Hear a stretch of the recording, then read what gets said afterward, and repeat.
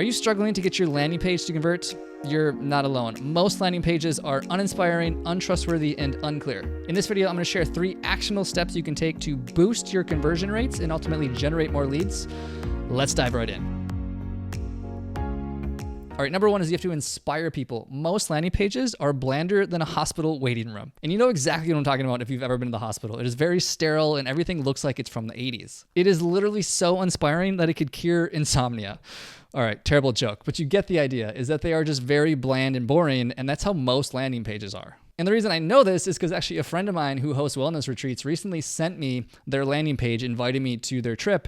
And I'll be honest, it was so bad that I almost vomited at the design. And this isn't a hate on him or his wellness retreat in any way, shape, or form. I know these retreats well, and they are honestly amazing and very well curated, but the landing page was not displaying that in any way, shape, or form. And so I actually decided to do him a favor and to redo his design. And I took what was previously looking like a completely bland, boring 80s old hospital room type design and gave it a few tweaks and a few changes to literally take it from what I would consider a 2 up to maybe a 7 or 8 with very small tweaks. And here are the 3 things that I changed so that you can hopefully do these on your landing page as well. Number 1 is I use very simple colors. Honestly, for most people, I recommend no more than 2 colors with maybe some neutral colors mixed in there as well. But anything more than even 1 or 2 main primary colors and things start to look like a rainbow and very messy and very confusing, and make sure that your color is actually in alignment with whatever it is if you're offering. If you're in the health space, it's probably likely that it's green. If you're in the medical space, it's probably likely that it's blue, etc., etc. You get the idea, but just make sure that it's very simple and very clean. The second thing that I did was I just put a high quality image on there. Honestly, an image can make or break a page, whether it's a website or a landing page. This makes a huge difference. And luckily for us now today is that AI makes this easier than ever, as you could literally go take a stock photo if you wanted to, throw it into an AI application, make a few tweaks or changes so that's more in line with your business or your brand or whatever you're offering, and then put that on the website. And just keep in mind is that the main image that somebody sees at the very top of a website should be whatever the result that you ultimately want your customer to experience. So to go back to this wellness retreat example, if you want them to have an amazing experience on their wellness retreat doing something cool and active and outdoors, that should be the main image on the photo. If you're more in the medical space and you're trying to help somebody get back to being an active lifestyle, then that main image should be somebody doing something active out into their environment. And so that's the second thing, is to make sure to have a clear image that pops. And the third thing is to make it very easy to navigate. There doesn't need to be a lot of buttons. There doesn't need to be a lot of designs or fancy animations. It's just make it very basic. Honestly, if you made it similar to other websites that you've seen on the internet, that's probably the best way to go about it, because then people know exactly what to expect.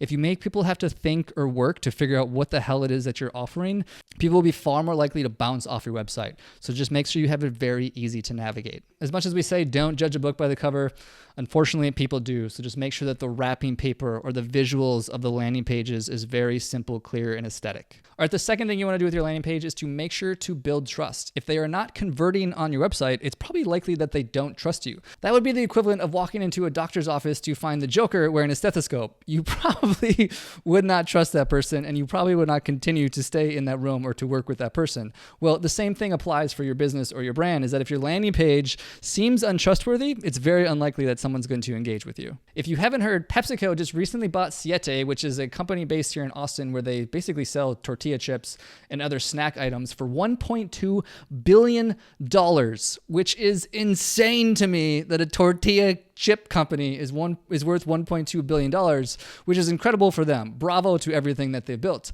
But if you're like most people, you're probably a little concerned about what's going to happen to the actual quality of the product, right? If PepsiCo is buying this company, people automatically are thinking like, is this going to decrease the quality? Are they going to put a bunch of cheap ingredients and fillers in there? Like, what's going to happen with this Siete brand?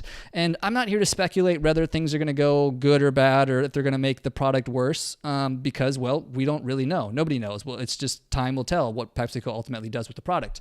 But what's more important to understand is that if your gut feeling already is that somehow PepsiCo is going to ruin this brand and make it cheap and unhealthy in some way, shape, or form, that says a lot about the reputation and the brand brand that PepsiCo has ultimately built. Well, the same principle applies with your landing page and ultimately your business, is that even if the wrapping paper on the outside looks good, which is important, is that if people don't trust what's happening behind the scenes, like what PepsiCo might be doing with Siete, then people are less likely to trust it. So it is very important to find ways to build trust about your brand or your business, and you can do this through your landing page. And here's the way that you do it, is you show people what's happening behind the scenes. Here are 7 examples. 1, you could use video testimonials of people that you've worked with. 2, you can use Google reviews or any sort of third party. Yelp is another one.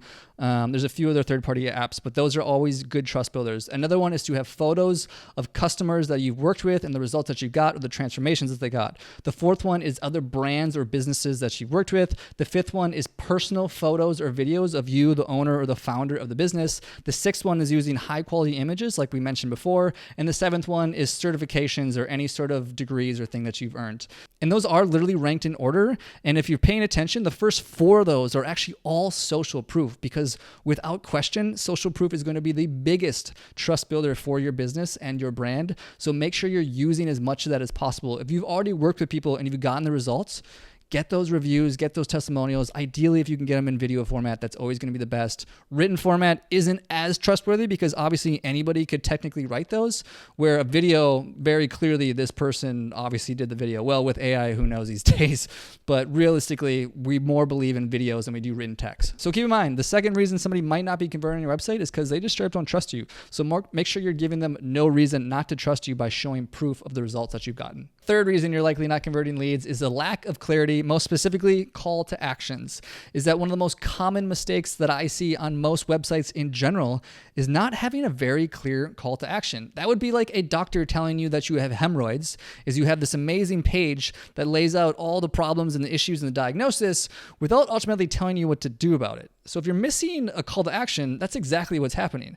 I'm not here to say whether I've had hemorrhoids or not, which actually I have, so I'm going to tell you that I have had hemorrhoids. But if the doctor didn't tell me what I should do about it, I would be a little upset about that. Well, the same thing applies to your landing page, is that if you did this amazing job of having it look very nice and you show all this trust, and then you don't tell people exactly what to do or what step to take next, that's going to be a little frustrating. And so just make sure that you have a very clear call to action. And when you're doing so, here are 3 things to make sure that it's clear and compelling. Number 1, make sure you have a strategic placement. And what I mean by this is make sure it's very first thing at the top, above the fold, at the top of the page. And then also you can include it throughout the page where it seems most fitting as well. Don't make the mistake of only having it at the bottom of the page. You definitely want one at the top of the page as well. And this is something actually, ironically, most people miss. But you can, again, sprinkle it throughout the website as well. The second thing to consider is to use action-oriented language. So what I mean by this is often people say book your consultation or schedule your appointment. I actually like schedule my appointment or schedule my consultation better.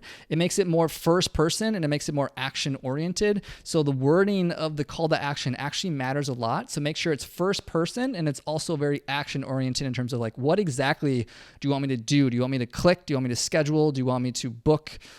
Make it action-oriented. That's very, very important. And the third thing to consider is to make it pop or make it stand out a little bit. It should oftentimes be a different contrasting color than most of the other things on the website. You can even put arrows to it that point to it. And oftentimes you can just even change the font from regular to a bold font, which is enough to kind of make it stand out a little more. This is the one place where animation sometimes can be helpful if done correctly, if even like having a hover animation, just to give it a little bit more emphasis and a little bit more pop.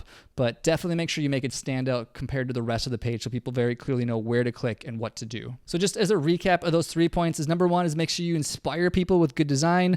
Number 2 is that you're building trust, especially with social proof, but finding other ways to build trust throughout the website so they know that you're not the joker behind the scenes. And number 3 is to have very simple and clear call to actions on the website. Make sure one's at least above the fold at the very least, and then you can sprinkle them throughout the rest of the website. Thanks for watching. I hope this video is helpful. And if you know anybody else that would get value from this or are building a landing page or needs help with their landing page, be sure to share it with them as well, because why not spread the joy? All right, guys. Peace.